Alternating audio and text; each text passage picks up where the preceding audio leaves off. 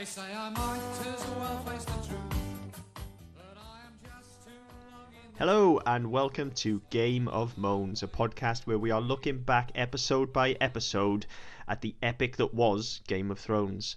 I am Chris Bolton, with me as always the Mountain, Mr. Mark Williams. Hello.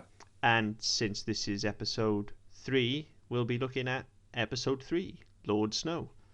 I would have thought it. Yeah, it's almost like there's an actual sequence to this shit.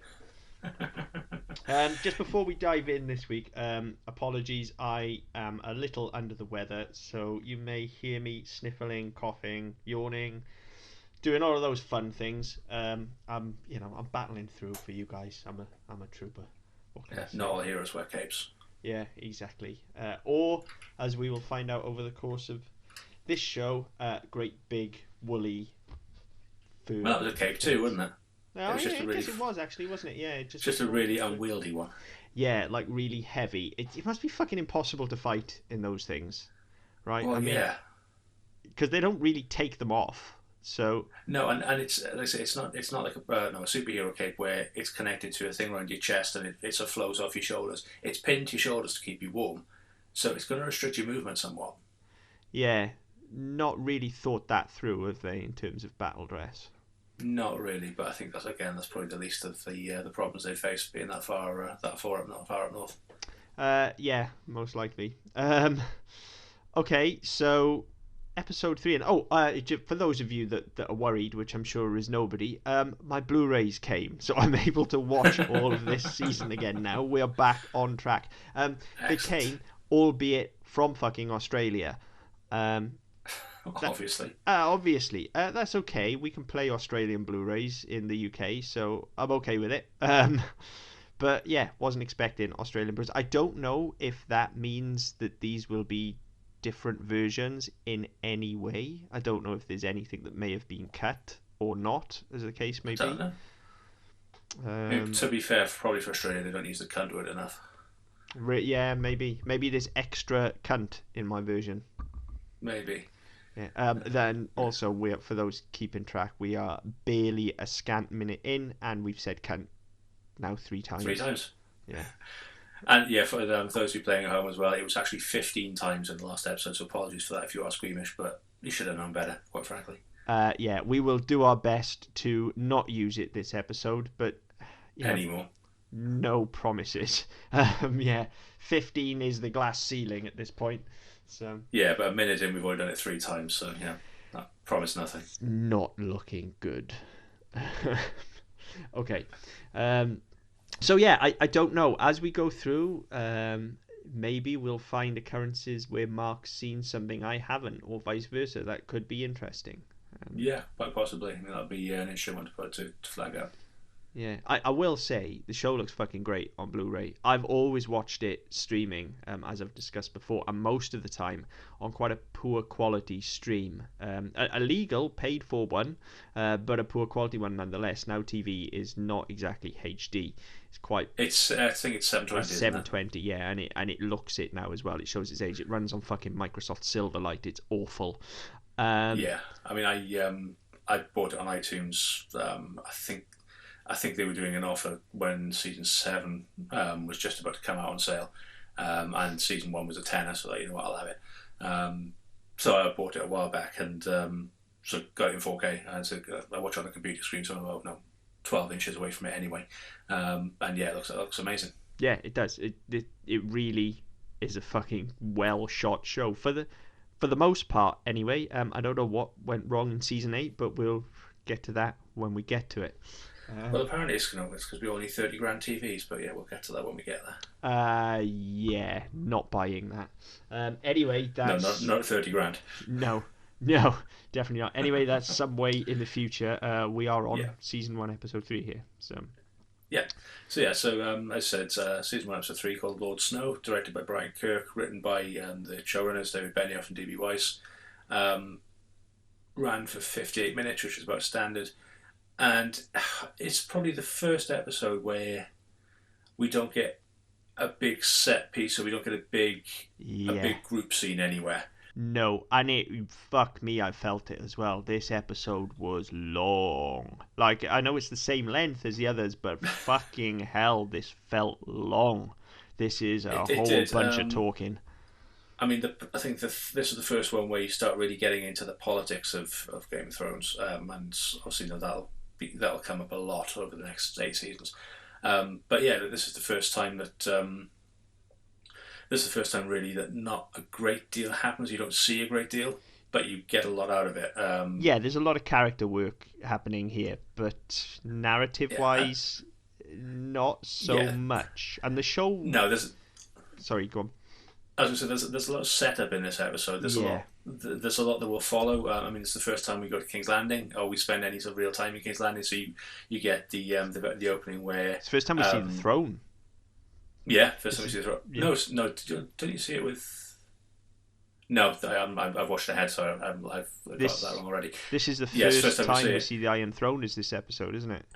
And they talk about it, but again, they don't really show it in great detail. You can see it on screen a couple of times, but no, you don't get some particular close-ups on it. The closest you get is where Jamie sat at the steps in front of it, and Ned confronts him. But yeah, you don't really get sort of a really good look at it, and I don't think you do for quite a while actually. But yeah, I mean the story of the throne will come up in the next couple of episodes. We won't go into that too much. But I mean, on arrival, you get this beautiful shot where you get the Starks arriving at King's Landing. You see the Red Keep for the first time. They come through the big gate, which will become very important in season 8. And yeah, it looks very good. It looks like it's sort of hitting its stride. It looks like you've come away from the dim and dingy north for the most part. Obviously, there's bits of the wall and Winterfell, but it's not snowing. It's sunny. It looks a bit more Mediterranean. And yeah, it looks a bit nicer and a bit more pleasant, really. And I think that's something that it needed after 2 episodes of being quite grim. Yeah, there's definitely more colour, if you like, then in this episode. And yeah, it's noticeably jarring, in fact, at first. When this episode opens in King's Landing, it is a bit like, oh yeah, okay, there's other places in this world. We're not always, as you say, in the snow-covered north. Because it's the first time we've been there. Yeah, and it feels like a different world, doesn't it? You see King's Landing and it feels a world away. It does, and I think that the only other time you've been anywhere that's not sort of northern and grim. You obviously had a bit on the King's Road last week, but everywhere else it's been across the narrow sea. It's been in what would be Europe effectively. Would be Essos, isn't it? And where you've got the Dothraki, and so they're portrayed as savages, and this whole land is very bleak and very you've got this as was alluded to last week, this killer grass that's going to take over the world. It's all very exotic. It's all very what would have been termed Oriental at the turn of the 19th to 20th century. Just because it's this far flung and it's distant and it's not of our world, and this is the first time you see anything that sort of even closely resembles that, but it's supposed to be within the world we inhabit. It's supposed to be within Westeros, so it's a big juxtaposition for, and it's quite jarring to go from what was effectively the arse end of Scotland, which is very cold and very snowy and just very uninhabitable in lots of places and very difficult, to come to a place which is very opulent and very very open and very calm and very happy. And yeah, it's just a very strange jump forward. It's not effectively the same country. Yeah, it certainly is. But I don't know. To me, it's nice in that it shows us that bigger world. But it also, the second we see it and you realise again we're not up north, just like I said last week, I'm like, oh, for fuck's sake, we're moving even further away from the actual meat and bones of this story, being the White Walkers and the Wall. Now we do get actually some quite nice work on the White Walkers in this episode, despite not seeing them again. But yeah, initially it opens up and it opens with a lot of politics, as you say, and I'm just like, oh, for fuck's sake, like. Although I will say that the very first scene, Stark rolls in with his with his family and his entourage, and he comes through the gate and he's met by a master straight away saying that they've convened a small council and he's required urgently. And the master says, would you like to change into something more comfortable? He takes off his gloves and the look he gives him tells him that if he asks him again, he's going to shove them up his arse. And again, it's Sean Bean being absolutely perfect and on point with the character, because without even saying anything, you just want him to slap him. Yeah. There'll be a lot of love for Sean Bean throughout this episode. I guarantee it, because he appears in my notes a lot, specifically for moments like this where he just completely nails the performance. I'd forgotten how good he was in this show. Obviously, you don't forget Ned Stark as a character, but no, I had. But it's easy to forget. It's easy to forget the performances. I think. I mean, to this generation of TV fans, he's Ned Stark. But I mean, to an entire generation, he will always be Sharp. Yeah. And Sharp, the person portraying Sharp, couldn't act for shit. No. He was a gruff Northerner who played a gruff Northerner, pretending to be trying to be a military leader, and it didn't really work. So it's quite. I find it quite strange praising him for playing a gruff Northerner when that's all he's ever done, but he does it so well in this. Yeah, he really does. And it's the small moments. There is an absolute belter towards the end of the episode, but again, I skip forward. Yeah, before we get to that, we get a moment with him after he's arrived. As I say, we do get our first look at the throne, and we get a nice scene between him and Jaime. More so for Jaime than anything else. I mean, first of all, Jaime gets to be a complete and utter cock, again, which he is excellent at. Like, he is the absolute master of backhanded compliments. He is, and he does get to be a cock in the scene. However, it's not as if he's going out of his way to do it, because he's set up for it so perfectly, but everything he says is entirely justified. Yeah, absolutely. And just as I've alluded to before, that Jaime's character is always pointing true north. Always. Now, whether you agree with his decisions or not is another thing, but he is nothing other than Jaime Lannister ever. Like, he's, as you say, everything he speaks is true, and we actually get beneath his skin a bit. Then he does open up to Ned after they have their back and forth, and we really start to see the first sort of inkling that there is more to Jaime than we're being presented with. You know, he starts to go on about the Kingslayer thing, and why he did it, and he starts to open up, but Ned really isn't interested in hearing it. Ned's all about honor, and obviously stabbing somebody in the back, as it were, is not very honorable. No, and I mean, it's not the only time it's alluded to in this episode. We'll come to it with Robert later on, but I mean, it seems to be, it's no great secret, the fact that he killed the king, but he stabbed him in the back. Both figuratively and literally. I mean, we come on to sort of the story of Tywin Lannister, from the fact that he was hand to the Mad King, and I think Ned's closer, which is you served the king well when it was safe. Yeah, and that kind of sums up what at this point what everybody will think of the Lannisters, is the fact they are all actually just self-serving arseholes, and will just do what suits them, and whether they get away with it or not doesn't matter, because they're Lannisters and they're rich and they don't really give a shit. Yeah. They're all very much privileged and can do what they like. But again, you get, there is that little bit more to Jaime, as I say, and he really tries to open up to Ned here. It's just that Ned won't hear it. We do eventually get later on in the episode, we get the payoff when he's speaking to Robert, but we almost get it here. Just Ned is not interested in hearing it. No, and I think the reason that Ned was never going to go for it was the fact that the conversation opened talking about how the Mad King murdered his father and brother. It's I was standing pretty much here when the king slaughtered your father and your brother. They were brave men, and there's the compliment side of it.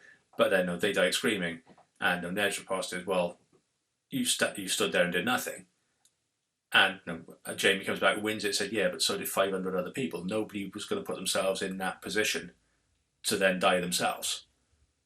So, I mean, it's one of those that, at that point, even if he had wanted to open up to Ned, Ned was never going to want to hear it, because, where do you go with that conversation? How do you then get into that conversation? So, oh yeah, well, having just had that riposte where you've basically said that you not let my father die because you're a coward. Oh, and by the way, well done for being so honourable and killing a tyrant.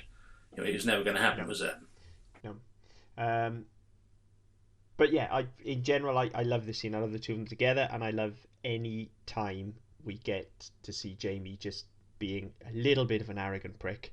Yeah, which again will come up later in the Yeah, episode. but ultimately, his character is bigger than that. He's not just an arrogant prick. I really like Jamie Lannister, as I've said before, and I won't apologise for it. So we move on and we meet the small council, and it's like, how many fucking characters can we introduce in one scene here? This is information overload.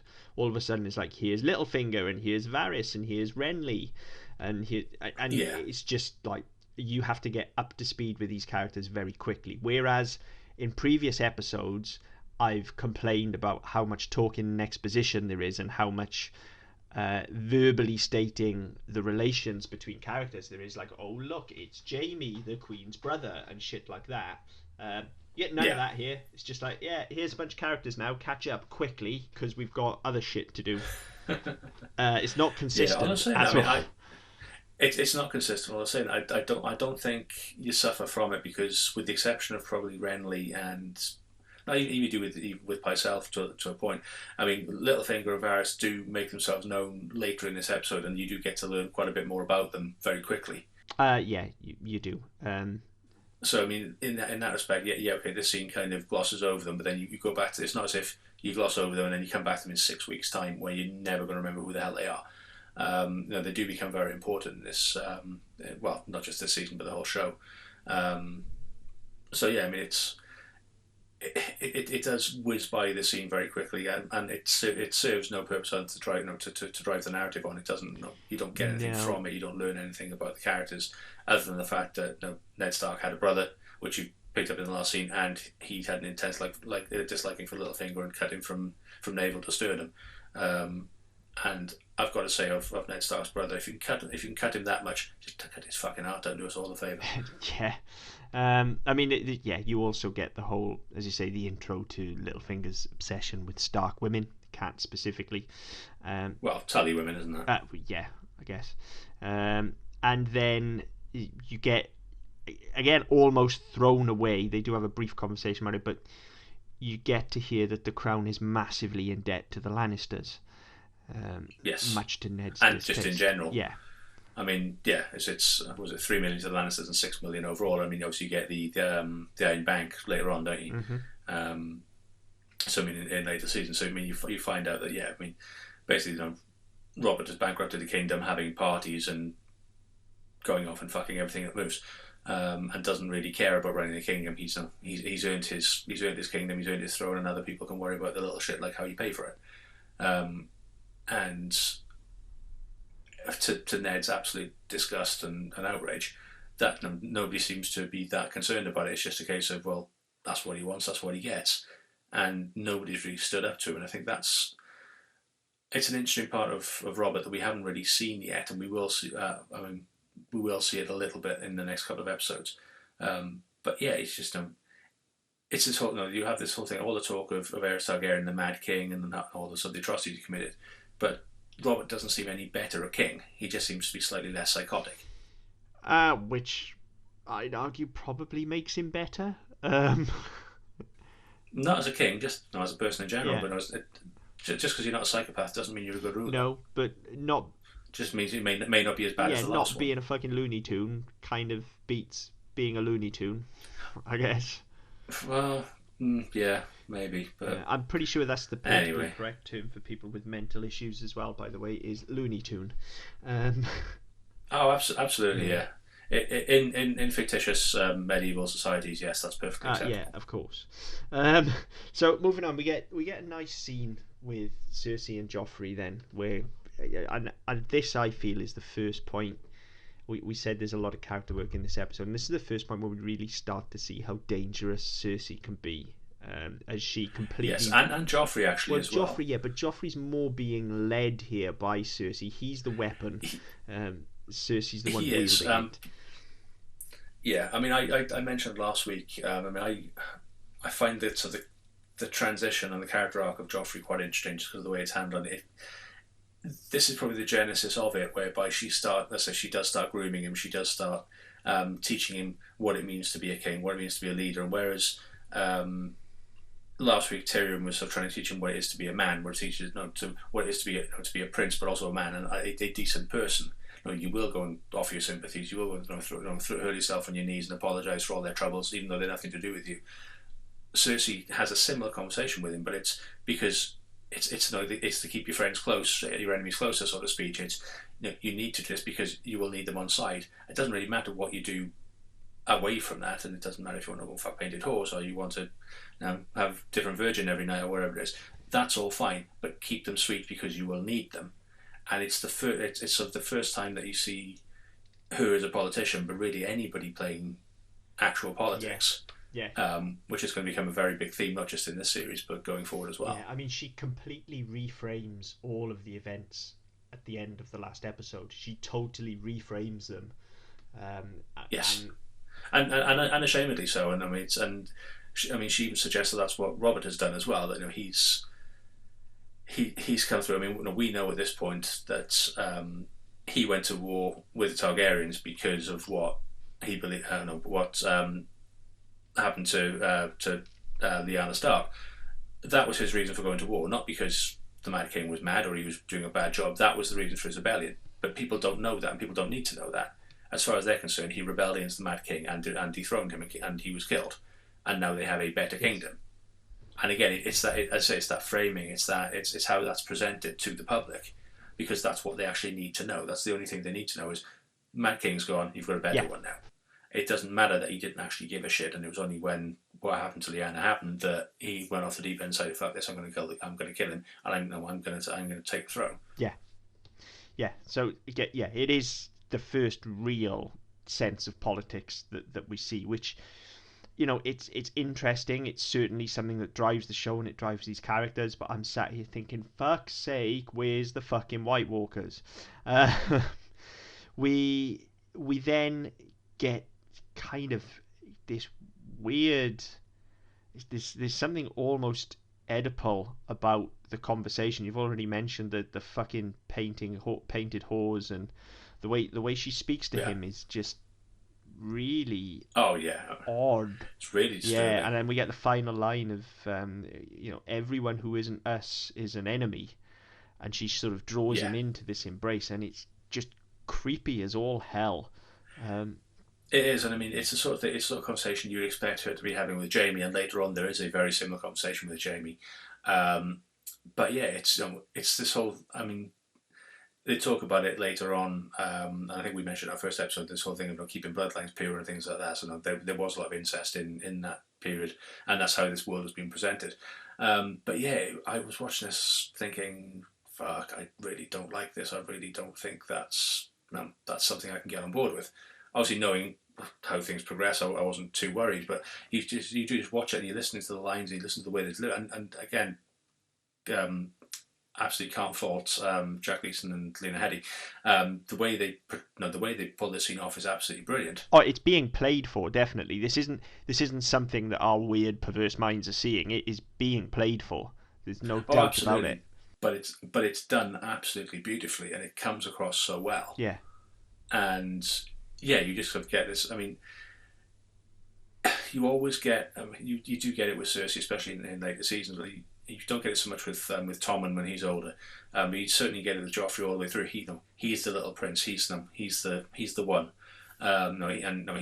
one who's going to sort of cement their legacy and move the family on, sort of thing, and make them great.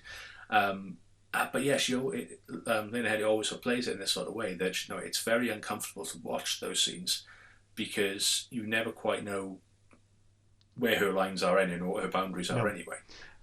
Excuse me. And yeah, it's quite difficult to get through. But I mean, the way that they sell it, and I mean, back to sort of the dialogue as well. The whole thing of anyone who's not us as an enemy, and he closes it with, "So you agree the Starks are our enemies." And again, it's just setting up beautifully the whole thing that I said the Starks have been framed as the absolute centre of the show from minute 8 of the first episode, and yeah, so I mean, all of a sudden you've got a family who we know are conspiring against the crown, or we suspect are conspiring against the crown because Cat Stark's sister has voiced her suspicions that Jon Arryn was murdered. They've then thrown Bran out of a window, or Jaime's thrown Bran out of a window. This whole thing is set up that it's going to be the Starks and the Lannisters going to war. Basically, that's what this show is going to be. And again, it's some nice foreshadowing there. There is, and sort of in watching this scene as well, it just makes me realise, we'll talk as this show goes on, and God knows it's been talked about a lot lately in the media, but we'll talk about how characters maybe get disservice as the show goes on, and Cersei is another character that is just completely changed. I'd forgotten just how interesting and manipulative and dangerous she was at the start, whereas towards the last couple of seasons she's essentially been a pantomime villain. She sits in a tower and cackles and drinks wine like an old lush, whereas she's not that here at all. Yeah, I mean, certainly the last season where you just do see her in a lot of high towers looking out of windows. She might as well just be painted green and cackling and sending out flying monkeys. Yeah, exactly. Whereas here, she is a very real danger because she's so manipulative, and she's a far more interesting character for it here. Oh, definitely. I mean, this is what I was talking about last week as well. I mean, there's a quote from George R. R. Martin where somebody asked him about how he portrays women so well. He said, "I think there's people in their own right," and I don't think that comes across in the show. But when when men aren't being portrayed as men and women aren't portrayed as women, but people are being played as people, it's done absolutely spot on. Certainly in Cersei's case, because whether it's the writing, the performance, or the direction, or a combination of all three, she absolutely nails this character for probably the first 5.5 years, and then round about the time that the series and the books stop overlapping, that's maybe when things come apart a little bit because there's so much going on later on that they don't give her enough time. They don't give her breathing room, and she's not a character that runs headfirst into action, and so therefore she's not a visually arresting character. Then when you get to scenes with big budgets and stuff, she's not going to throw down there. No. She's far more interested in, as we say, watching from the sidelines and manipulating people, and unfortunately that does get kind of pushed away, and it's a real shame because, as I say, as much as I just want to get back to the White Walkers, like, these scenes are excellent and so uncomfortable in the best possible way. They're meant to be uncomfortable and they feel uncomfortable, and she's a really fucking interesting character here. But yeah, I don't know exactly where that went wrong. I have my suspicions, and so we'll see how it plays out as we rewatch the show, and I'll point it out. But I have my suspicions as to where it went wrong. But it's a long way off yet, so we'll see in the rewatch. We get some nice juxtaposition when this is finished as well, though, because we go straight from these two to a scene with Ned and the girls, and Sansa just being an absolute spoilt bitch, really. Yeah. I really hate her so much in this first season. I don't know how she became what she became, because I just want to punch her in the fucking face throughout this season. She's so annoying. Yeah, but I mean, again, I think that it's not handled in the right way, or I think that the writing is quite lazy around her, to be honest.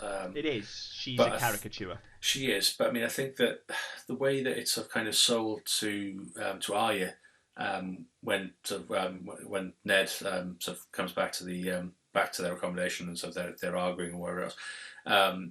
The Ned explains it, that yes, okay, he appreciates that Arya didn't, that Sansa didn't back Arya up, that she lied, or she pretended she didn't know about what happened with the incident with the direwolf and with Joffrey. So yeah, he understands that, but he's trying to explain the purpose of why she's done that, and it's portrayed as because she's very conflicted. And you look at where she ends up and how her character progresses, you think, well, maybe she has more of a brain than she's given credit for in this in these early seasons. In as much as, yes, okay, she does she does know that she can't really go against either side, because one's her family and one's her future family, and that's the way life is set up. So she, again, it's an early introduction to this sort of political side of things, which isn't particularly handled well, I don't think. But I do think that you can see, if you look back, and it's easy looking back through 8 years worth of stuff and go, oh well, that's kind of setting up for that, or if they didn't do that, they couldn't do this later on. So obviously, with hindsight, it's easier to pick things out, and I think that's probably what we're going to see a lot, certainly with Sansa, is that there's a lot of things that inform her character later on, and she seems to develop a lot more than a lot of characters in the show. She definitely does, because she's a just horrible caricature, spoiled brat here. Her and Joffrey Yes. are perfectly suited for each other at this point. Yes. We then go to a scene between Ned and Arya. We get repetition of sticking with the pointy end, which is lovely. Yes. Nice callback. Again, made me laugh again.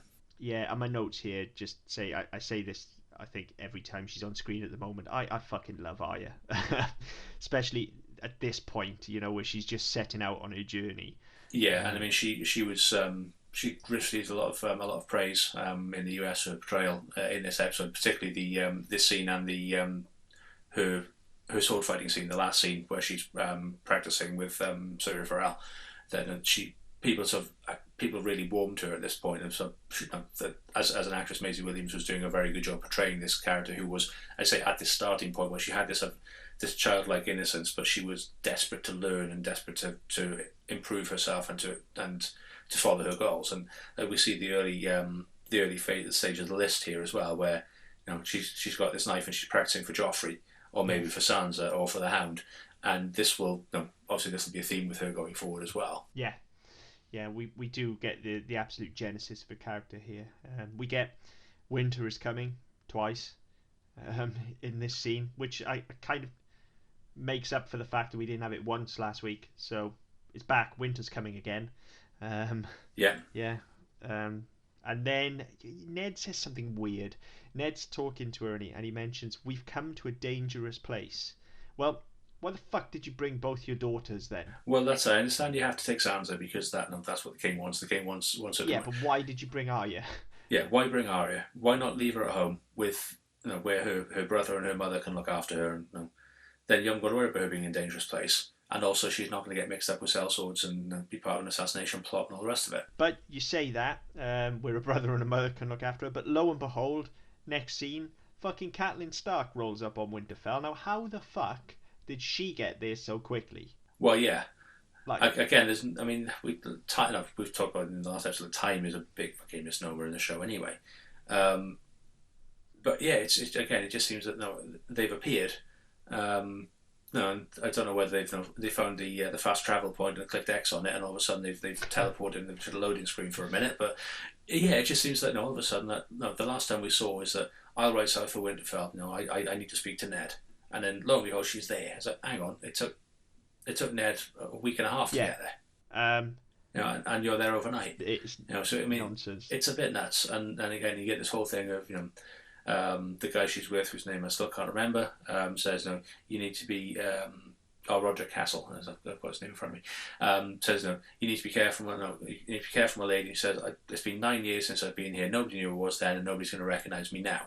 And then straight away, obviously that's the joke, is that nobody recognised me, and they take 2 steps forward, and they're intercepted by two guards. Nice little scene, means nothing. Absolutely nothing. It's just giving us her arrival, and then we cut straight away to gratuitous tit shot number 1 of the episode. Which is quite far in, actually. Yeah, it's quite late in the episode. But it is extremely gratuitous. Like, you could have implied that Littlefinger owned a whorehouse without showing us tits.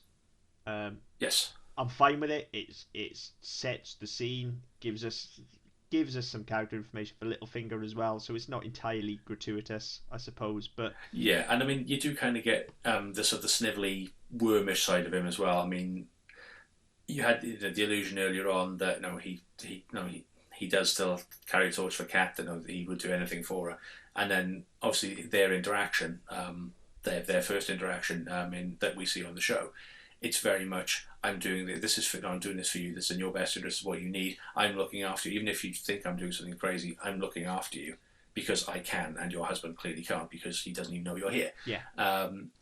And then you get this next exchange with her, where Varys comes in, and then there's this, again, you get something where he starts talking about information is my trade. This is, so you get you start talking about his little birds and things like that. So all of a sudden you start learning about his character. And then again, Littlefinger just sort of shows that sort of conniving side, where he says, "Oh, this is rare, something I know that you don't." And again, it's just him trying to one up and try to show off in front of Kat. Yeah, he's just a show off, full stop, isn't he? A braggart and a show off. Yeah, And we absolutely. learn that the knife belongs to, or did at least belong to Littlefinger until he lost it to Tyrion Lannister on a bet. Yes. So it's essentially the Millennium Falcon of this show, I guess. Well, yeah. Yeah. Well, yeah, especially when you get later on. Yeah. So we learn that again. Bit of information. It's handled well. It's not thrown away, but it's handled quite lightly. Yeah. And then we move. And as I say, I think that scene in general, it's dealt with quite a light touch because it had the potential to be very farcical, very slapstick. I mean, you do have the bit where the two semi-naked whores come running in and he shoos them away. It's a bit, it had the potential to be a bit Benny Hill. Yes. And it doesn't go that way, thankfully. So yeah, I mean, it's handled quite nicely, and it just moves things along. It doesn't really break any boundaries. It doesn't really knock any walls down. It's just, here's where we are, and we'll kind of signpost you for the next bit. Yeah. And we'll come back to Littlefinger when we come back in a bit, because I do have some thoughts and some notes on him. But yeah, okay.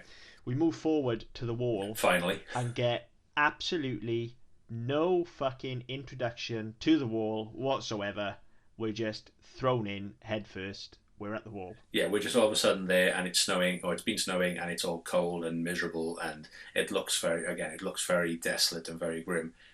And you see Jon Snow kicking the fuck out of everybody. Yeah, I fucking love this Jon. What happened to this Jon Snow? Again, round about the end of season 5-ish, I think he just seemed to become someone else. Yeah, and again, there's a reason for that. We'll come to that when we get to the end of season 5. But I think actually I did like this episode for Jon because I mean it's called Lord Snow, and it's Alistair Thorne calls him Lord Snow to try and wind up the other recruits to the Night's Watch, and to get them to attack him and all the rest of it. And he's there and he's showing off because he's a better fighter and he kicks the living shit out of everybody. He breaks their noses. He disarms them and all the rest of it. And he's just having a bit of he's like, I'm ready. I'm better than all these people. I'm ready to go and be a ranger with my uncle. I'm ready to go north of the wall. I'm ready to go and prove myself. And I mean, I'm not sure it's the very next scene, but I mean, he then gets accosted by the guys he beats up, who are going to do him over, and they're interrupted by Tyrion. And Jon has this conversation with Tyrion whereby, and these other guys are all still in the room, where he says, one stole a wheel of cheese to feed his starving sister, and it was a choice of join the Night's Watch or lose his hand. Another one was abandoned by his father, left on a farmer's doorstep at the age of 3. No, they've never held a sword before. Not everybody had the privileged upbringing you have, even though you were a bastard. You still had a very privileged upbringing at the home of a lord. Yeah, and that's a facet of Jon's character that I love. He's this is spelled out to him, and now all of a sudden he's actually carrying guilt, which he's never done before, because he's always been downtrodden. Well, this is it, and I thought this scene was absolutely beautiful because all of a sudden it's like, oh shit, yeah, it's his epiphany where you go, oh, I know it's handed to him, but he has this epiphany going, oh shit, yeah, actually, my life could have been a hell of a lot worse. Yes. Okay, I've still ended up here, but my life could have been a million times worse. And then when the next time you see him, he's on top of the wall with Benjen, and he says, I'm ready to go with you because I'm better than these guys.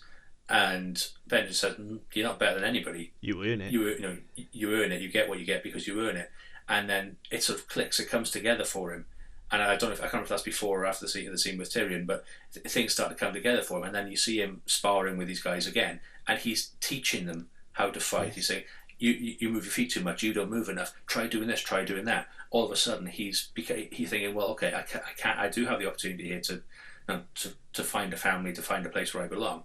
But if I keep fucking everybody over, they're going to murder me. Yeah, and just like we've seen Arya's genesis a few minutes ago, here is the genesis of the King in the North. Yes, definitely. We just lose it later on. We really do. I feel like Jon's character specifically is the one that took the absolute biggest nosedive these last couple of seasons. Yeah, I mean, I think there are three characters who were criminally mishandled in the last 2 seasons. One we've already mentioned being Cersei, where she becomes a pantomime, but Jon being another one. Yes, I mean the show is always. I'm not going to say who. Yeah, I think most people can guess who the other I'm is. not going to say who it is because if people are watching along, playing along at home, then they can get there when they get there. But anybody who's ever seen or read anything about the show will know who I'm talking about. But those three characters were absolutely mishandled in these last couple of seasons because the character work to get them to those points were absolutely brilliant. But then they kind of went, oh shit, well we've got a limited number of episodes because we've committed that this is our plan. We're going to do 10, 10, 10, 10, 10, 10, 8, 6. Yeah. So all of a sudden we're not going to have the full quarter episodes. They'd be longer, so we might as well just have the same number of episodes. We might as well have 10 episodes every season because we're filming the same amount of stuff. But we're just going to do it in a slightly different way. Fine, I've got a problem with that. That's kind of their vision. That's where they said they're absolutely fine. But they threw away years of character work in the last season and a half, 2 seasons. Jon specifically, yeah. It's always been Jon Snow's story for me. I said it right back on episode 1 of this podcast as well. I know, there's arguments to be made that it's Dany's story. There's even an argument to be made that it's Arya's story. And I guess it just depends on which way you want to look at it. But for me, it has always felt like Jon's story. And the A story has always felt like it's Jon versus the White Walkers. Yeah, and I think that when we get to that key point for his character in season 6, and then when you move on to season 8, there are things that are raised which, given that this show didn't get cancelled, this show didn't end in a rush, or it didn't need to end in a rush. Again, differing opinions from different people, but it's not as if they went, oh shit, we've got to wrap this up because we're not getting another season. This was planned. Yeah. And there's so much stuff that they seed right from the beginning of season 1, which just never comes to pass. No, and just specifically look, as you said, look at Jon fighting here and look how fucking good he is. Right? It's just look at him being Batman in this episode. Yeah, definitely. And just try and hold on to that and remember it when we get to some of... I mean, even right through Battle of the Bastards, which will come later and stuff like that, just watch him fighting and then just remember that when we get to season 8 and have discussions about Jon Snow. Yeah. It's criminal what they did to this guy. But anyway, we're not there yet. This is Jon Snow just generally being... This is where Jon Snow becomes Jon Snow, really. This is where he comes into it. No, he really sort of comes into his own, and we as a character see it with him that he works out who he is, or who he wants to be. Yes. And I think it's such an important... And it starts in this episode, and certainly the 2 scenes with Tyrion and Benjen, it's where he really goes, I get it. It's where the penny drops. Yeah, it's where the penny drops, and he realises that this is the life he has chosen. It's not the life he was forced into, because he doesn't have to be at the wall, even though he might have thought he did.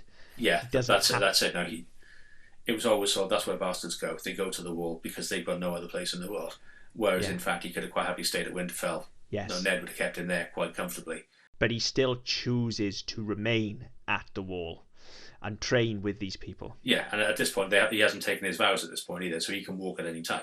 He'll probably freeze to death on his way back to Winterfell, but he has the opportunity at this point because he hasn't committed to anything. Yeah, and that's shown to us with Tyrion later on, who does just up and leave. I know he was never going there to join the Night's Watch anyway, but it is possible to just leave. But yeah, so we get to see the genesis of Jon here, and absolutely the highlight of the episode for me, just because I love this character so much. I mean, I know I've mentioned that I love Arya and I love Jaime as well, but Jon is the show to me, and always has been the show. I watched the show for Jon Snow. It's his story. So anyway, we do move back for more Littlefinger. As I believe this is where Ned comes in and finds him. And I've just written here, look, I know he's an arse. I know Littlefinger is an absolute arse, but I've always liked him. I've always liked him. I've actually found him quite funny in a sort of snide, sarcastic kind of way. And I think he's definitely less of a scheming dick here than he comes to be later on. I think the thing is here, there's not too much going on for him to be scheming about. No, well, I've actually written here, he's less of a scheming dick, and then I've got a dash and say, like, do they know his arc yet? Like, have they worked out what they do? Again, having not read the books, I don't know how closely he sticks to it, but knowing how power hungry he will become, and knowing specifically how power adjacent he will become, much in the same way that Cersei is at the moment, really. Yeah. I just wonder if they know that that's his arc yet, because it doesn't feel like they do. Because he feels like a much lighter character. It's clear that he's a scheming bastard, but he's more just a bit of a rogue here than anything. He is, but I mean, whether or not they knew in terms of the show where they were going to go with the character, or even if the books had got to it at this point, I think the fact that the kingdom was in relative peace. Yes, okay, there was a potential threat from the Targaryens and the Dothraki, and there are always political factions, but the country wasn't at war. Things had been stable. No, they hadn't been at war for 17 years, I think it was. So there's not really any opportunity for him. Whatever he does, if he starts scheming and plotting against the throne, he will be found out. Yeah. So there's not really any place for it. Whereas when you get later on and you have different rulers and different factions popping up here, there, and everywhere, it's very easy for them to start then trying to play off against each other and to try and get into various different camps. And did you hear he said this? Did you hear he said that? Yeah. Purple monkey dishwasher, and you can just start the whispers going. Sorry, I had to get that in. And you can just start sort of playing people off against each other in such a way that does cement that character for him. So by the time we see him and his absolute cuntishness later, it's not really a surprise. No. Does cuntish count as a use of the word cunt? I guess it does. It does. So another 3. Yeah, there'll be an in-story one coming up shortly as well. So there's at least one more. Yeah, in story is fine. Yeah. So we move on then. I don't know what this scene is next because I haven't written down, but I don't think it's the one with Jamie and Robert yet. But I've just written down that they have this kind of leather frock coat that they wear under their armor, the Kingsguard. This kind of greyish leather frock coat. And I've just written, Jamie looks dapper as fuck in his frock coat. This would be the scene with Cersei.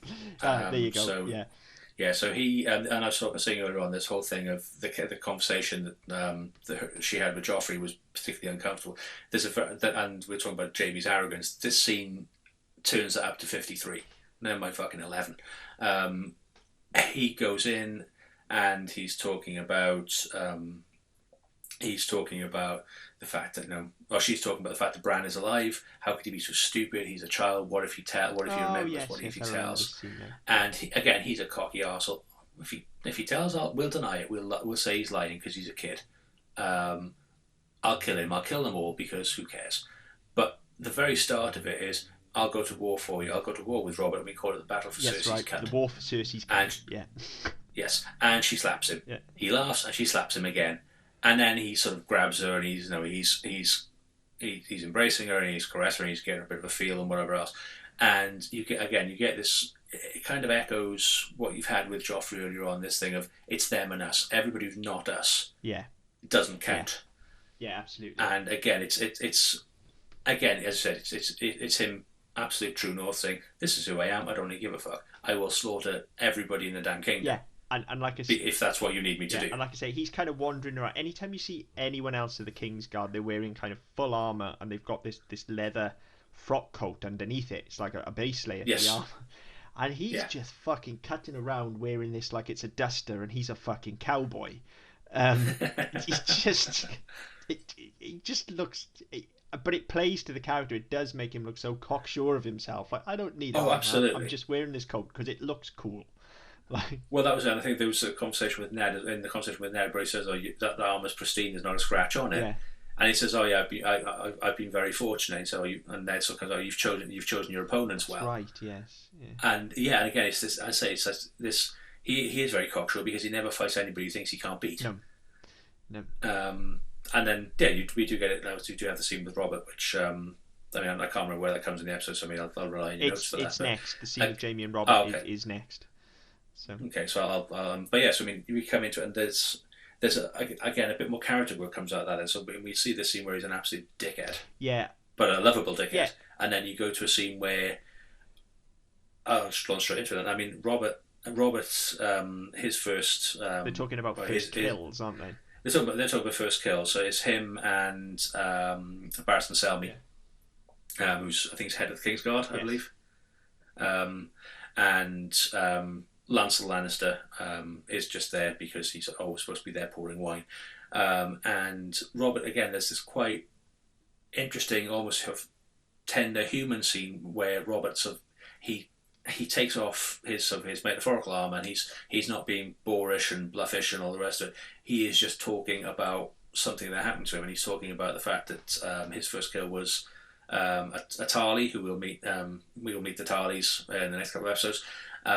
But some Tarly lad who thought he could end the rebellion with a single swing of the sword, and Robert smashed. He lost his horse. Robert smashed this guy in the chest with a hammer, and then because the damage he'd done was able to kill him. And it's almost as if he's not remorseful as such, but it's something that sort of stuck with him and almost haunted him to a point, because the guy pled for his life at the end. Yeah, it's wait, please, and he stowed his head in anyway.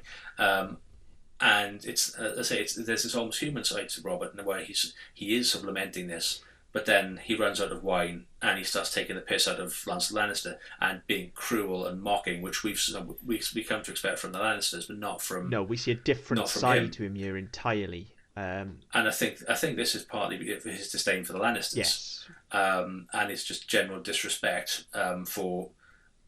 Not only for Lancel and the role he's there to play, because at the end of the day, he's a simpering fool who's there to pour your wine.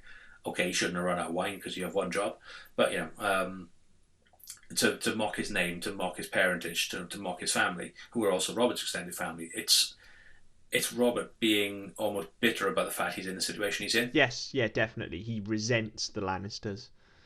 Yeah, and I think we've. Not through him, but we've discovered in this episode that he is so heavily indebted to the Lannisters that whatever he does, he will never get out from underneath them. He could kill Tywin, he could kill Cersei, he could kill Jaime, he could kill Tyrion, he could kill all the kids. There would be more of them, and he would still owe them a shit ton of money. Yes, and it's just this massive shadow hanging over him all the time. Yeah, it is a nice moment with Robert even before Jaime enters the scene. Yes, and so they kick Lancel out to get more wine, and he calls Jaime in again, mocks him a little bit, calls him Kingslayer. What did the Mad King say when you stabbed him in the back and all this sort of stuff.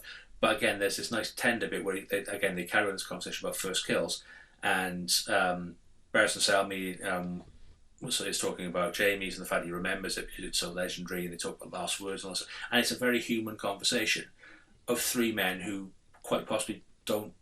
Yes, okay, they've amassed kills and all the rest of it. It's not something they're particularly willing to talk about or particularly interested in talking about, because they may be those actions have set them down a path. Yes, and for Jaime specifically, and again, this is one to remember, folks. We're talking a long way in the future, but when we come to have everybody moaning like fuck about Jaime Lannister's arc at the end of this show, it starts here and it's true north, because you get the line where Robert throws it to him. He says something along the line of what did he say when you killed him? Yeah, and Jaime says, what did Mad King say? He said the same thing he'd been saying for hours: burn them all.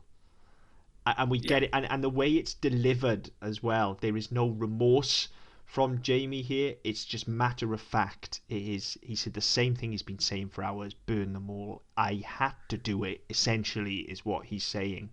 And he comes to, he flat out not comes to, he does here resent the title of Kingslayer. It's not something he's proud of. It's something that he had to do, and it's now something that's wielded against him as a weapon, and he has to shake off over the course of this show. It is, but I think not. I mean, it's something that's used against him. It's something he's not particularly proud of, but it's something that when it comes to he wears it, much like in the first, I think it's the first episode where Tyrion tells Jon to own the title of bastard, to wear it like a badge of honor.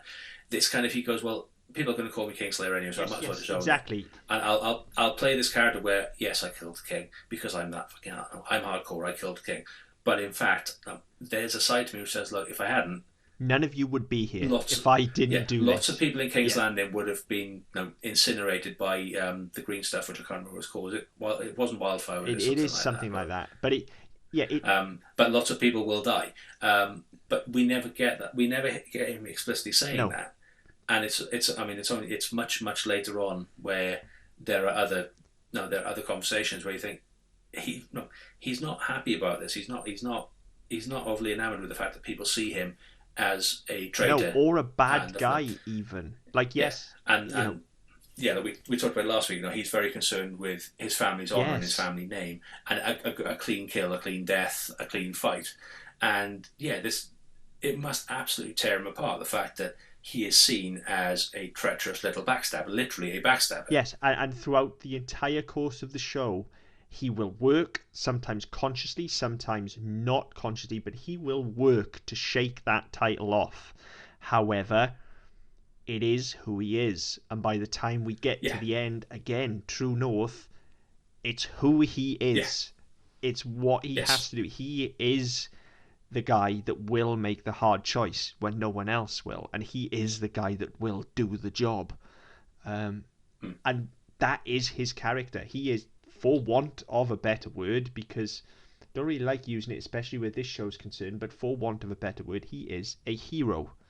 It's simple as that. He's just, I guess he's painted more as an anti-hero here, but he isn't. He did the right thing. Yes, he stabbed a king in the back, but if he hadn't, nobody in that room would be there talking to him. Nobody, very few people in this show would be around. To be fair, that room may not have even been there. He had to do what he did. And that is the very foundation of his character, and that is something to remember, because, as I say, when all the way back in episode 1, where I said some of these perceived problems that people think the show have been built since day one, and some of the problems that people don't seem to have that I highlighted have been inherent since day one, and this is one of those things that has been built all along, and they actually stuck to it. I think this is one arc that they again, maybe it didn't get the grandiose ending that we wanted, but it rang true. His actions rang true. For a number of reasons. This is the genesis of that. There's a lot of genesis in this episode. As you say, it is a character episode, and whilst nothing major or exciting happens, we are seeing sparks here. This is the big bang, essentially, for our main cluster of characters. Yes, definitely. And likewise, we then cut over and do our chunk over with Dothraki, because as if there isn't enough story going on already. Well, I was saying, I didn't think there was too much in this episode with these. There are two. I think there are two sequences or two chunks with the Dothraki and the Targaryens. One which is character and one which is story. So you get the first one where they horde, their caravan, whatever you want to call them, travelling through basically a big ass crop field, and she sees a slave being mistreated. She's talking to Jorah about how slaves are required and all the rest of it, and she sort of asks them to stop. And so, how long should they stop for? And she says, until I tell them to carry on. There is the genesis of Daenerys Targaryen right there. She's growing into this. She's I'm not a queen. I'm not a queen. I'm a Khaleesi. She's sort of she's learning who she is. She, for then some reason, gets off her horse and goes for a wander among the fucking corn. Never explained why. Yeah, no reason whatsoever, other than no fucking clue what for. Other than we need to have her alone with Viserys. That is it. Yes. That's it. And I mean that's the thing I think. I mean, if she went off for a piss, she didn't go quick enough because clearly she didn't find anywhere before he got there. So I mean, this is the scene I was saying. Well, this was about developing character.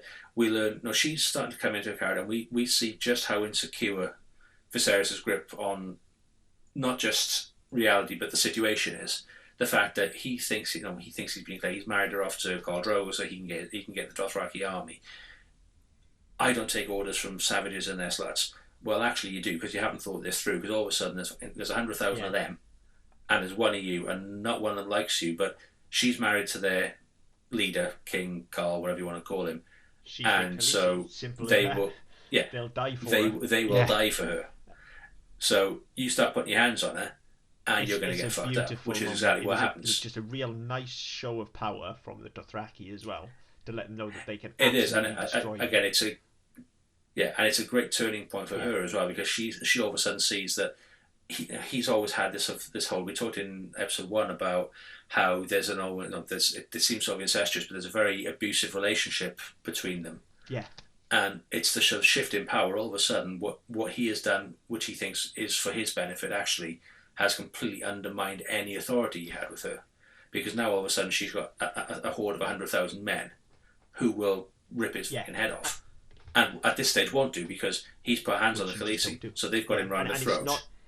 The real kick to the nuts, though, isn't even that the Dothraki will kill him. It's that, and again, another total character Genesis moment, Jorah also willfully disobeys him here. Yeah, and again, she sort of learns how to speak with the Dothraki. Tell them I do not want my brother hurt.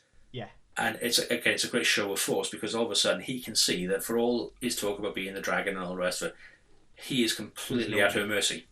Yeah, he's nobody here. And as I say, even his right-hand man, even Jorah moment at this point, now follows Daenerys. Yes. Doesn't follow him at all.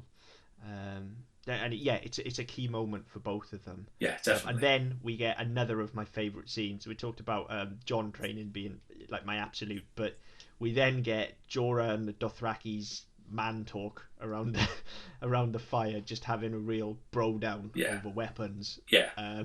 Well, it's amazing. You get one before that, and there's a scene with Daenerys and one of her handmaids where, again, somebody has a good feel. Daenerys has got clothes on for a change, but somebody has a good feel anyway. Because we find out that her tits have grown, so she must be pregnant. So then you go to the scene with Jorah and random Dothraki number 307. They're having this bro off about weapons and which is great. It's like everything that was wrong with the bro down between Jon and Rob in the last episode, where it was really uncomfortable. Yeah. This is the complete opposite. This is like two bros being like, "Look at my sword, dude. Look how cool my fucking sword is." Yours is curved and sharp, but mine's fucking long and it goes through armor. Yeah, it's amazing. They might as well whip them out and measure them. Yeah, it's an amazing scene. I love it. Yeah. And then we also get some great backstory about Jorah and his dad as well. They do actually. That's one thing early on here that I didn't see happening so much, or certainly didn't remember happening so much as the show goes on, is they do a very good job of juxtaposing like these hard story beats in the lighter moments as well. Yeah. So like they've let you forget all of the shit that just went on with Daenerys' character and stuff, because that was some quite heavy stuff, and they just give you this brief moment of levity just to bring you back down a bit, and then throw you another bit of essential story information, and it works really well. It's got a kind of just deftness of touch to it, really, that you certainly don't get later on. Especially since I haven't made notes on it here, and I don't know why. I think I might have still been writing about the Jorah and Viserys thing, but especially since we've just had the revelation that Daenerys is pregnant, which is a big beat to swallow. Yeah. I mean, also like, then again, timescales of the show, I suppose. I was going to say, they don't feel like they've been together for very long, so like Dothraki is super fertile, I would imagine. But I mean, again, it was a month between the first episode and the second episode. Yeah, I keep forgetting that time is just not relevant. Time is very fluid in this show, much like a Dothraki spunk, I'd imagine. But it's a case of he's been having an 8 ways from Sunday for God knows how long. Hang on. All spunk is fluid. That doesn't work. Is it? Oh fuck. Maybe I need to see a doctor. I mean, unless if you're shooting Milky Bars, you're doing something wrong, dude. Oh, fuck. Yeah. Although, I mean, get sidelined selling delicious chocolates. Absolutely. So. It's a tagline for my porn. Milky Bars are on you. Oh my God, Jesus! I sound like Jimmy Savile. Fucking hell. I didn't mean that. I'm so not cutting that out. I didn't mean that. Shit. Oh man, I'm so not cutting that out. Okay, I'll just take my foot out of my mouth while we get back. Yeah, well, you've got to open your mouth to change feed anyway, so that's fine. So I mean, as I was saying, so there are the super fertile, or he's been having her 8 ways from Sunday before the last episode, where all of a sudden they start making love as opposed to just him raping her every night. So I mean, we have no idea of the timescale, but it only takes one, doesn't it? So in reality, it could have been from the first one. It could have been Yeah. once they started actually, liking each other. But yeah, then later on, there's a very tender scene where, again, she's naked because why the fuck not? And she's lying there, legs wrapped around him, head on his chest, and she tells him that she's having a boy. No fucking basis to this. She just knows. No, she just knows. Yeah. But yeah, again, no, it's just no, because she hasn't been naked in this episode yet. So yeah, And- got to get him out at some point. Again, just time-wise, skipping forward ever so slightly, but we're not. We're only to get to that scene. We're just skipping over John training the night. Yeah, we'll talk about that. So yeah, talked about. Which I fucking love. As I say, he's born leader, and it shows it there. But to come back to that, then with Dan, I've just written Danny's naked again. Surprise. But more than anything else, fuck me, she's picked up Dothraki quickly. I know time's fluid here, but she's all of a sudden pretty much fluent Dothraki. Yeah, I mean, you see, I think the episode where the handmaid finds out she's pregnant, she's teaching her a word, which I can't. Yeah, but she's gone from a word to conversationalist. Yes, I can tell you that I'm having a boy somehow. And it's just, again, it's another one that we just kind of have to accept, I guess. Also, bearing in mind that not 2 or 3 scenes ago, Jorah had to translate the command to not kill her brother. Yes. So she's picked it up awfully fucking quick, especially when, maybe I'm wrong here, but you're getting the impression that there's not a whole load of small talk actually going on between the two of them. No, probably not so much. Khal Drogo and Daenerys not really discussing their days over dinner. Not so much, I wouldn't have thought. No, he pretty much comes in, throws her on the bed, they fuck, he gets up and goes Dothrakian again the next day. She probably doesn't even make his breakfast.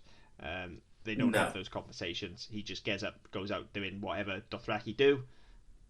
She speaks with her handmaidens and learns how to please him more. It's a basic existence. Yeah, very much so.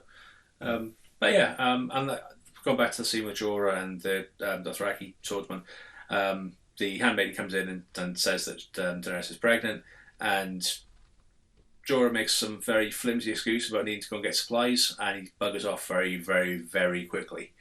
Now, Did he say he's going to slaughter a goat? Yeah, but it's like, again, it's not. He might as well have said, "I have something underhanded to do." Bye. Yeah. It's not subtle at all. Sounds like he's a fucking devil worshipper. Like he's just found out she's pregnant, so he's going to go and slaughter a fucking goat. Yeah, but and to be frank, what's wrong with eating a horse all of a sudden? Yeah. Stuck up bitch. Yeah. Fuck knows. But yeah, so he makes this flimsy excuse. I'll go and slaughter a goat for her. Actually, no, I'll have the boys slaughter a goat for her. I have to go somewhere. I've got it in front of me, Cohor, for supplies, and I'll catch you up. So I'll know where you'll be because I'll track you down because there's millions of you and I'll find you. But I have to go very suddenly. Why is nobody going? Hang on a minute. Yeah. You've just found out she's up to death, and now you're running off very fucking quick. What's going on? Yes, very suspicious. But yeah, he gets away with it. Dothraki, though, not the sharpest tools in the box, are they? So. Well, no, not the ones we've seen thus far, anyway. No. There may be some intelligent ones later on. I don't know. I can't remember. So then we cut back to the wall. Tyrion's having a piss off the wall. Awesome callback. Yes, as he has said every time he's talked about the wall, I want to piss off the end of the world. I think he talks about it later on as well. Much later in sort of when in season 7 or 8. That's what he's gone there to do. He's gone to piss off the wall. And he does it, and that's great. That's an excellent little callback. And again, there's a nice little conversation with him and John, where John says, "Well, no, nice. Yeah. Will you call back at Winterfell?" And it's almost just again, they've put up with each other until now. Like Tyrion has tried very hard to befriend John, and John's not really at it. Whereas they sort of accept each other, and John realises that actually, just because he's a dwarf doesn't make him an idiot. No, he knows what he's talking about. He understands people, and he's all right. Yes, okay, he's pissing off the wall, but he's all right. We've skipped over a bit as well, where obviously Bran is awake, which was the big reveal at the end of the last episode. Bran wakes up, and we learn that he's crippled. He'll never walk again. And Bran says he wishes he was dead. and you get the And we get the story about the White Walkers. the story about the White then, Walkers, bedtime story. told by Margaret John, who died before this episode aired. Yes, I mean it's. We get the callback to the to the White Walkers and the pale spiders, the biggest hounds, and the dead horses and all the rest of it. And it's all stuff that we'll come to. It's largely discredited, apart from the fact we've already fucking seen them. That is, as much as I love that opening, and I really do, I feel like it was wasted. There is a real sense of creeping dread in the story. It's handled very, very well.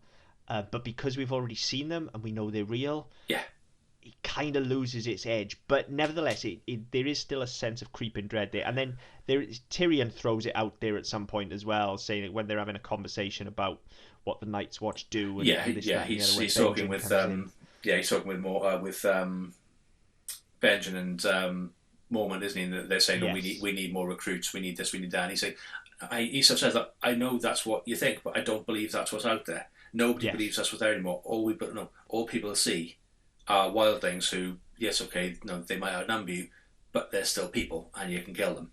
Yes. And I don't believe in White Walkers and giants and snooks and snarks and heffalumps and whatever the fuck else it is. No, and that's the way this show treats them. But because we've already, as a viewer, we've already seen them, so why the fuck are they wasting our time? Either drop that 7-minute section from the opening, from the part of the pilot, or acknowledge the fact that people know they're there. It's almost dealt with. It's like the boogeyman under the bed. It's the story you tell kids to get them to not go beyond the wall. Yes. If you go into that haunted house, the boogeyman will get you. If you go north of the wall, the White Walkers will get you. Ooh. And it's not to be taken seriously. It's the bedtime Grimm's fairy tale. But because we've already seen them, it completely undermines the point that's being made every time they're mentioned. It does. They're so mishandled throughout this show in general. They come and go all over the fucking show. They do. Although again, this scene at Winterfell where Bran wakes up, he's been told this story again. A lovely start to his journey, whereby it's he liked these stories, which are the scary stories, the sort of the ghost stories and stuff. And this is where he first learns about the White Walkers and where they came from in the Long Night and stuff like that. And obviously that will be a big part of his arc going forward as well. So it's a very important. Again, it's an important scene which is kind of thrown away a bit. Kind of, yeah. But again, I wonder how much they knew about where they were going at this point. I mean, I think, but at this point, I think book-wise, they would have been up to a point where he's learning to walk and go off and look into the past and stuff. Mm. So I think they'd have known enough of that to know where he was going to go, even if they didn't know how things were going to end. But I think they would have known enough to be using this to seed it quite well. Yeah. But to say maybe that's thrown away slightly, but the White Walker tale certainly isn't. That's given some real weight here. Yeah. I really, really like it. Yeah, I thought it was really well. That scene was quite well done until the point where Rob comes in, kicks old Nan out, and he's having a conversation with Bran. Oh, I've seen you climb 1,000 times. You didn't fall. I don't know. I can't remember. Yeah. But I must have done because I'm here and I'll never walk again. Yeah. And says he wishes he's dead, and that's a bit of a downer. And again, I can't remember. And as we go along, we'll pick this up again, I'm sure. But I don't remember that sentiment ever being repeated. No, I don't either. I mean, obviously, there's a lot more. Jettisoned. Maybe, and there's a lot more on his disability in the next episode where Tyrion designs him a harness so he can go out walking or whatever else. And we'll talk about that next week. But so I mean, a lot more is played that, but I don't recall him ever going back to the sentiment where he wishes he had died when he fell off. When he was thrown off the tower. And I think that's again, it's something that's potentially thrown away because it's such an important thing for a 10-year-old to feel. Mm. Yeah, totally. Okay. So anyway, so that's I just noticed on my notes that was there, and we haven't covered it. So the only other thing I've noticed as well as we've been talking that we skipped over was there is a scene with Ned and Kat just as she's leaving Winterfell, just after we get the whole war for King's Landing, you mean? King's Landing. Just after we get the whole war for Cersei's cunt scene. And I've got nothing real to say about it other than just like back in episode 1 where the two of them are in bed together and she's giving it the whole listen fat man. The two of them are just absolutely wonderful on screen together. The chemistry between the two of them is so lovely. Yeah, but you get it as well. There's a scene before this where like I talked about it, where so obviously Ned learns the cat in King's Landing from Littlefinger when he says, "Would you like to talk to your wife?" So, well, she's in Winterfell. Is she? And then he takes him to the brothel. And he points out there's a brothel just to be a bit devilish, really, a bit of a twat. And Ned has him by the throat. Oh, you're funny, funny little man, yeah. And then she sticks her out of the window and calls him. And again, I don't know what it reminds me of, but it's like this old British B-movie comedy, almost, whereby it's not played for particularly seriously. It's there to get a laugh. That same as earlier on when she said, "Oh, nobody knows I'm here," and they immediately apprehend it. Yeah, and it had the same sort of, I think, the same sensibility and the same sort of humour about it. And it doesn't smack of how grave this show is for the most part. But again, it leads into then the scene with the two of them where he sort of says, "No, you need to go back. I'll deal with this." Yeah. And the whole thing with the knife and all the rest of it. And it's this whole thing of he knows that she can take charge. She knows she can do things, but he wants to do it. He wants to do it properly because he doesn't want to damage their reputation. He doesn't want to jeopardize the king. He doesn't know. He wants to make sure everything is absolute. All the T's and the lowercase J's are crossed and dotted, and it's all that sort of stuff. So I mean, again, it's a nice scene where he's still trying to protect her as much as she's trying to protect him. Yes, and that's the key. I think that's why I love their relationship so much. Is that it's not played as this grand, overblown love that they have for each other or anything like that. They're just two people who clearly care very deeply about one another and know each other better they're a than they know normal couple themselves. who've been together for a million fucking years and know each other and inside and out, back to front and upside down. Yeah, they feel like an old married couple who will support each other through anything, and they are an absolute unshakable team. And that just comes through from those performances so well. And again, just talking about Sean Bean and the way his whole face softens whenever he's around her, it's just superb. The performances from the two of them are excellent whenever they're on screen together. I buy them as a couple so much. It's excellent, and it is such it's a choice dramatically that you don't see very often. The tendency with this kind of thing is to play it up as, oh, those was a love for the ages and things like that. And that's not how they play it. It's just, it feels like a very real relationship. Yeah, if anything, I mean, that seems to be how, certainly this early series, that's kind of where they want, you get the feeling that's where they want Jaime and Cersei to go. Yes. It's this forbidden love. It's this, we'll die for each other. I'll burn down kingdoms for you. And that's where the grandeur comes from. Whereas with Ned and Kat, it's like it's like your grandparents, and they've been together forever. They'll always be together, and And they've had problems, and we know they've had problems, but they've worked through them and stuck together because they care about each other and they're a team, and it just feels very real and very tender. It really rings true. I think they hats off to both of them. Seriously, definitely. Anytime they're on screen together is an absolute joy.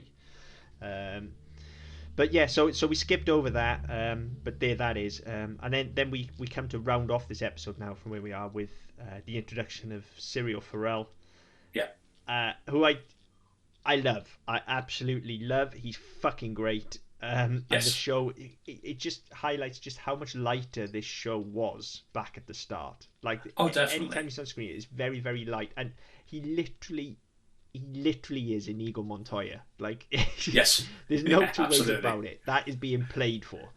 Yes, definitely. And like when he's sparring with Arya, he sort of she's lunging for him. He sort of prods her, dead. Yeah. She lunges again, prods her, dead. Next time it's in her face, very dead. And again, he's not serious. He's not as everybody in this show is so fucking serious. And he's just there going, yeah, I've killed you, whatever. Next time you'll catch it. Next time you'll kill me, whatever. He is Inigo Montoya, like, even down to the way he's talking about the dance. They're not fighting. Yes. It's like, this is a dance, and it's like he's just looking for a worthy opponent. And I love him so much. He's brilliant. Yeah, there's one thing I didn't get with this round. It's the very end of the episode. So you get there. They're doing their sparring, their training. You've got Arya's clearly loving every second. She's massive smile on her face. She's beaming, and they're parrying and all the rest of it. And he's spinning around and hitting with this wooden sword, and I'm dead. And Ned comes in and nobody sees him, and he smiles. He's got this big shit-eating grin on his face, whereby his little girl's happy and all that. And then all of a sudden, you get this sort of overdubbing of actual swords clashing and some battle sounds, and then his Sirius last lunge aria, where he stabs her in the stomach. You get an actual steel and stabbing noise. Yeah. What the fuck is going on there? I don't know. I'll be honest, I missed the noise because I was so caught up with Sean Bean and his facial acting again, and I've made a comment. But again, his face just sort of changes. His face sort of drops, and it's like he's sort of almost foreseeing something. Yeah, it's awesome. It's like, yeah, he comes in and he sees her, and initially it's like, oh look, I've made my little girl happy. Look how good she is at sword fighting, and then all of the realization and the weight of the world just hits him at once. Of like, I have introduced my girl to a life of violence here. As good as she may be at it, like, and it's the look isn't, I may have put her in danger. The look is very clearly, I've put the world in danger. Like, it's very clearly like she is going to be an absolute fucking menace. And it's written all over his face. Again, his performance is just superb. To go from the absolute joy, like right through, he takes it down systematically, but he does it very quickly. He goes from joy down to just the fright and being scared of, oh my god, she could die, to just, he ends on absolute pure dread.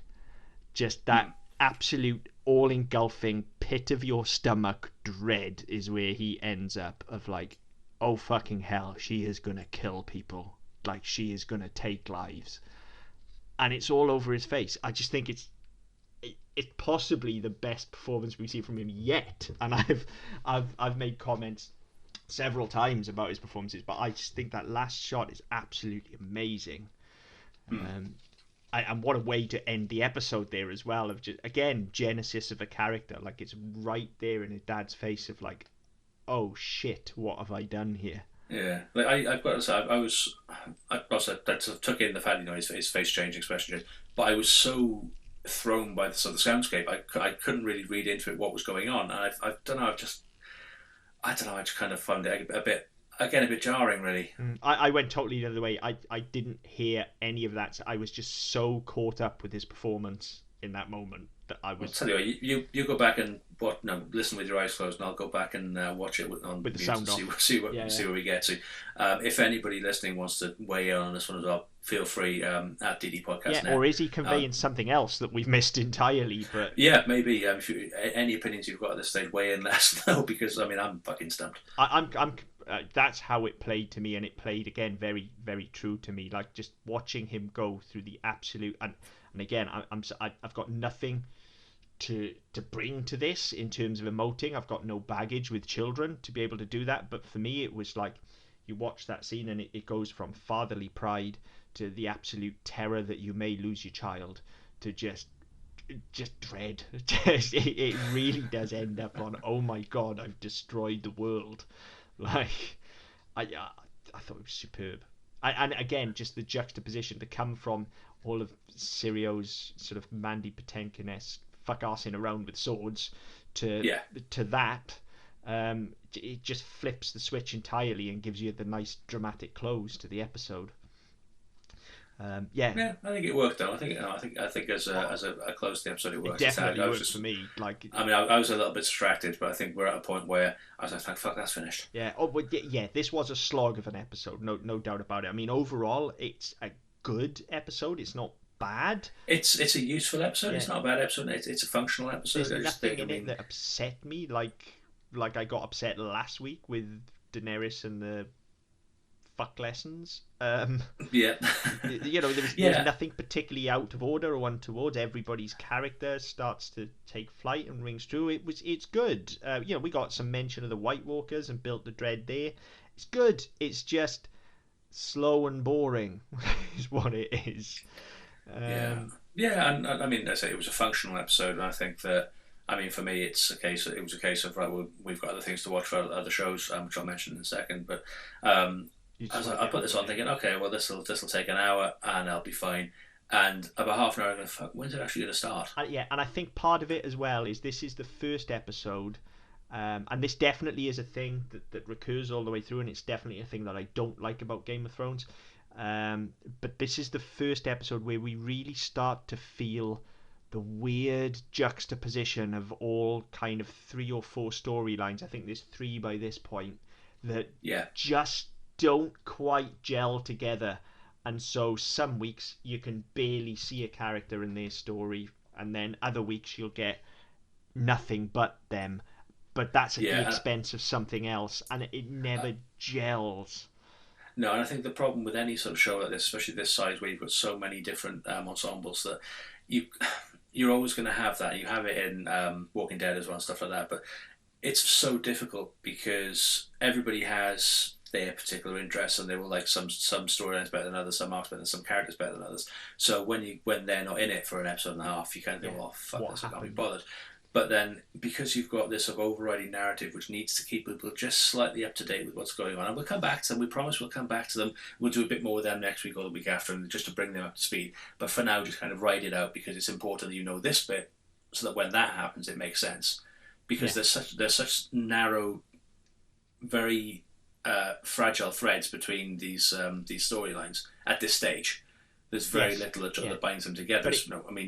You need it, but it's kind of frustrating because it doesn't really it doesn't go anywhere. It doesn't and if you're watching it because if you're just watching it for tits, then this isn't really the episode for you. If you're watching it because you want to see how Daenerys develops, yes, okay, there's a bit of it, but not really much. If you're watching it to see how the Lannisters are developing and how Ned Stark is acclimatizing to being amongst people he doesn't like, then this is an episode for you, because a lot happens in it in that respect. But if that's not what you're watching it for, you're kind of going to be sitting there going, really? I don't really give a fuck. And that's kind of the problem. You actually hit on something that I was just about to bring up there. And again, I'm going to compare this show to The Walking Dead a lot throughout, just because there are similarities in the way they're handled, and also because, as I've mentioned before, I do hold The Walking Dead on a slight pedestal. But when you look at the two shows like that and the way they handle these kind of branching storylines and these multiple narratives, Game of Thrones seems continually just obsessed with giving you something each week. So like, you might not see a lot of a character for weeks and weeks and weeks, but you'll get something like the throwaway scenes we've had. We've had like 2-3 short scenes with Jon Snow and a couple with Daenerys, and you'll kind of get something, and you'll get the one story about the White Walkers, but it's never quite enough to sink your teeth into. But then next week we might get the flip side, where we won't get much of Ned in King's Landing, or we won't get much of Cersei. So kind of all of the really good work that we've done this week is then flushed down the toilet, because whereas The Walking Dead will at least maybe there's 4 or 5 stories going on at once, but you can go fucking 3-4 weeks without seeing Rick Grimes in some cases, because his story's not important right now. We've done his bit, and now we're going to focus on this, and we'll see this part of the story through, then we'll go back to it, and then everything will culminate towards the end of our season. It might not even be that season, but it'll all culminate. There will be a point that brings to it. But there'll be something about it. And it almost kind of works like a role-playing game in essence, where you do have all of these branching characters and branching narratives,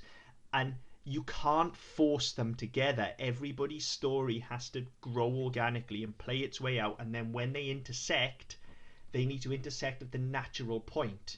And so that might mean that we don't get to see Cersei for 2 or 3 weeks. But Game of Thrones has never really done that. They've always just tried to show you a little bit, and it's those little snatches, I think, that really hurt it, because it gives you this weird car crash juxtaposition of stories sometimes, and you'd be jumping around, especially in later seasons, we'll be jumping around all over the fucking map and getting barely 5 minutes with each character. And it's almost like the writers have got ADD at that point, because it's like, oh, we've got to see what Cersei's doing, and now we've got to see what Jon's doing, but he's all the way over there, so we've got to get over there, so let's have a tracking shot of a crow, and then now somebody's on a ship, and now we're on horses, and now there's a fight, and it's just like, fuck's sake, guys, take a chill pill. There's a bit, there is a lot of that, and a lot of it, I think, comes from sort of the team writing ethic as well, because obviously, I mean, the way American television is written, you have teams of writers, you'll have principal writers, and then they'll give you your story arc, and then different people write different episodes. But they might not. They'll have an idea of what the arc is, but then they'll put their own spin on an episode. So there may be things that actually they've introduced because they think, well, that's going to go somewhere. Yeah. and then somebody else will have to shoehorn something in to try and get to point B because it hasn't quite gone where they need it to. Yeah, but And it's almost as if there's the showrunners aren't going, take that from that episode, yes, put it in that one, take exactly. that there. It's You missing can't do that joined yet up because thinking is what it's missing. that's going to give away something in 4 episodes time. So just leave that out. We will get it, and we'll give you writing credit and all the rest of it. But we're going to take that and put it in this episode over here because it makes more sense. Yes. They're not doing that. No. They're just kind of going, well, that's the episode it was written. Yeah, all right, we'll shoot it and we'll see what happens.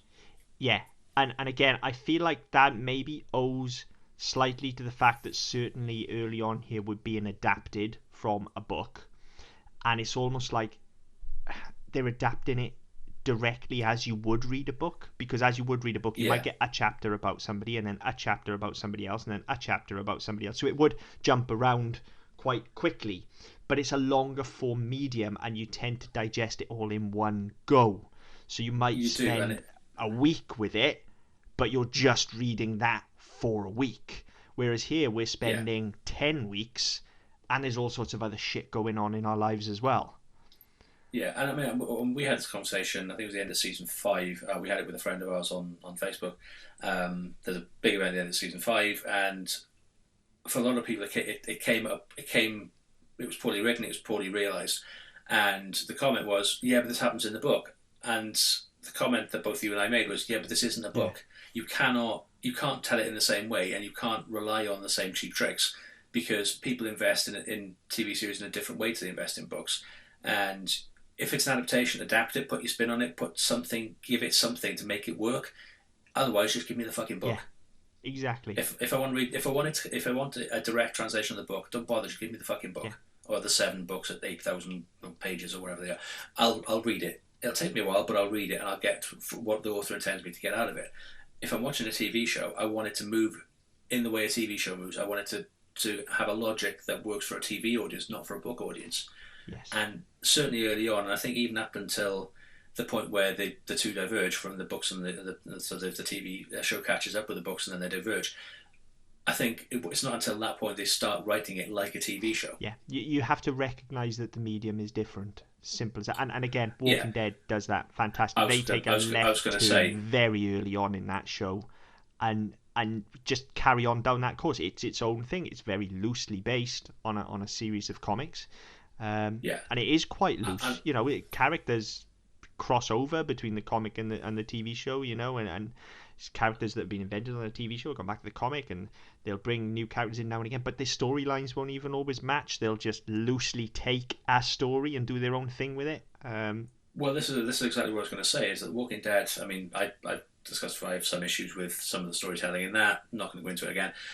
But one thing they do very well is that they use the world that's been created, and they take some stories if they think they can do them properly, or whether or not they can is a different matter of opinion. But again, if they think that's a story that's worth telling, and they can do that justice on TV with the cast they've got, with the characters they've already got, with the world they've got, or if they need to introduce a couple of new people or a new environment, whatever it may be, they will take that on. But they will take that as a basis, and then they will, because they know where the characters have gone before, and those characters may not have been in the show, or they may not have been introduced as in this particular way, or they might not have the same baggage. So they kind of, well, yeah, Maggie will do this, or Michonne will do that, or Rick will do this, but beyond that, we're going to go write a TV show, and we're going to drive it in the way that is a TV show. And if they overlap, or if we tell a story that's already been told, fantastic. If we don't, you know what, fuck it, don't care, because we're making a good TV show. And that's what this is missing. There's nobody. And I don't know how involved George R. R. Martin was with it. I know he's an executive producer on the show, but I don't know how involved he actually was. But it's almost as though they're too reverent and they're too deferent to go, you know what, we're just going to... Thanks for the world, thanks for the people and all the rest of it, we're kind of going to go this way with it. And we're not going to diminish what you've done, and we're not going to completely change it, but we need to put this slant on it to make it work as a TV show. And it's like nobody's got the balls at this stage to do that. They are just going, well, this is chapters 18 to 22, 24 and 37 of the book. And then next week it's going to be chapter 7 through 12 plus whatever. And then by the time they just want to remake that, have to make that choice, and they're forced to make it. Yeah. It's so late on that even though they do start writing it like a TV show, nothing then makes sense, because you can't all of a No, sudden because they skipped over too much. stop writing it like a book and start writing it like a TV show. Well, that's it. I alluded to earlier on. There's so much by the end of the show that is just thrown away and completely forgotten about. Certain prophecies, certain character work, just completely thrown out the window because they've gone, oh, we don't need that anymore. We're just driving it because it's going to get to point A, B, C, D, E, and everybody dies. Spoilers. But it's that sort of thing, and it doesn't work by then because as a viewer, you've gotten used to a particular style and you've gotten used to certain elements. But also, people remember shit. Yeah.